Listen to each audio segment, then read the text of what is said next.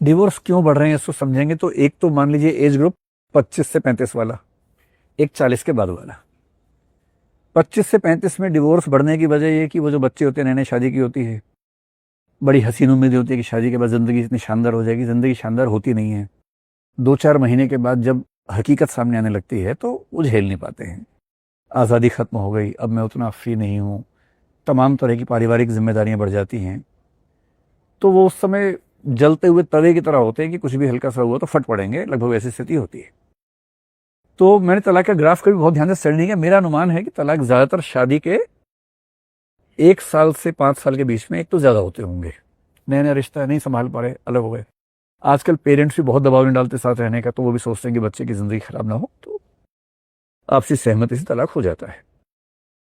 वहां तलाक इमेच्योर ज़्यादा है मेरे ख्याल से, क्योंकि एक बड़े अच्छे दार्शनिक हुए सार्त्र नाम के, उन्होंने बड़ी अच्छी बात इस पर कही। हमें लगता है कि मुझे इस व्यक्ति से दिक्कत है, जबकि मैं समझ नहीं पा रहा कि दिक्कत इस व्यक्ति से नहीं है, दिक्कत किसी व्यक्ति के साथ रहने में है। मैं इसको बदल लूंगा तो भी किसी के साथ ही रहूंगा, और आज़ादी वहां भी कम होगी मेरी। जो मिसप्लेसमेंट हो रहा है, मुझे लग रहा है कि दिक्कत एक्स में है।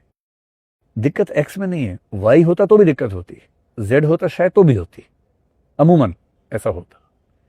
दिक्कत तो अकेले रहने की आज़ादी खत्म हो गई, किसी के साथ 24 घंटे रहने में है। क्योंकि मैं समझ नहीं पा रहा हूं तो मुझे लग रहा है कि दिक्कत इसके साथ रहने में है। इसलिए ऐसे लोग इससे अलग हो कि जब उसके साथ रहेंगे वहां भी दिक्कत में रहेंगे। पर एक बार कह चुके हैं, समाज ने मान लिया, अगली बार ये कहेंगे नहीं डर के हमारे, क्योंकि समाज अगली बार इनको पीटेगा अच्छे तरीके से। तो शांत रहेंगे, फिर झेल लेंगे, मैनेज करेंगे, जैसे भी चलेंगे। 40 की उम्र के बाद का डिवोर्स होता है बहुत ही शांत किस्म का डिवोर्स होता है। ये वो लोग हैं जिनकी आपस में बन नहीं रही है और इनके बच्चे छोटे हैं। इनको ये पता है कि हमारी जिंदगी अपनी है, पर बच्चे की जिंदगी पर कंप्रोमाइज नहीं कर सकते। तो जब तक बच्चा 18 साल का नहीं होगा, उसके सामने ना झगड़ा करेंगे, ना लड़ेंगे, ना माहौल खराब करेंगे। बच्चा मैच्योर हो गया, उसके बाद शांति से अलग हो गया कि भाई जिंदगी एक ही तुम्हारे पास है, एक ही मेरे पास है, अपनी जिंदगी जी लेते हैं। क्योंकि आजकल वो जो जिसको आप लोग योलो कहते हैं, यू ओनली लिव वंस, वो वाला भी तो मामला है ना। तो सबको लगता है एक ही जिंदगी है। कि एक तरीका देखिए, पुराने लोग कैसे सोचते हैं, अरे 40 के हो गए यार, अब बचा ही कितना है, खत्म करो। आज का आदमी क्या सोचता है, जितना बचा है उतना तो जी लूं। तो ये जो पर्सपेक्टिव चेंज हुआ है समाज का, क्यों हुआ है? एक तो चीजें बहुत फास्ट हो गई हैं, इंडिविजुअलिज्म बहुत बढ़ गया है, सबको अपनी जिंदगी जीने का मन करता है, जो कि अच्छी बात है, जीना भी चाहिए। फिर पारलौकिक विश्वास बहुत कम हो गए हैं। हम कहें बेशक नहीं, लेकिन यंग जनरेशन को अंदर से बहुत भरोसा नहीं होता कि पुनर्जन्म होगा, पूर्व जन्म था। वो तो योलो वाले हैं कि यू ओनली लिव वंस, एक बार का मामला है, बार बार का चक्कर नहीं है। अब मैं ये जिंदगी खराब कर लूँ इस चक्कर में कि अगली बार ठीक होगा, या स्वर्ग में अप्सराएं मिलेंगी, या जन्नत में हूरें मिलेंगी, वो सब बेकार की बातें हैं। नई जनरेशन को पता है सब कहने की बातें हैं, कुछ नहीं होता है, इसी जीवन को ठीक करना है। तो जब तक उनको ये जीवन ठीक होने का स्कोप दिखता है, वो स्कोप बना के रखते हैं। और मेरा ख्याल है कि तलाक की दर बढ़ेगी ही। कोई कुछ भी कर ले, कितनी भी कोशिश कर लें, रोक नहीं पाएंगे, क्योंकि ये बदलता हुआ समाज है।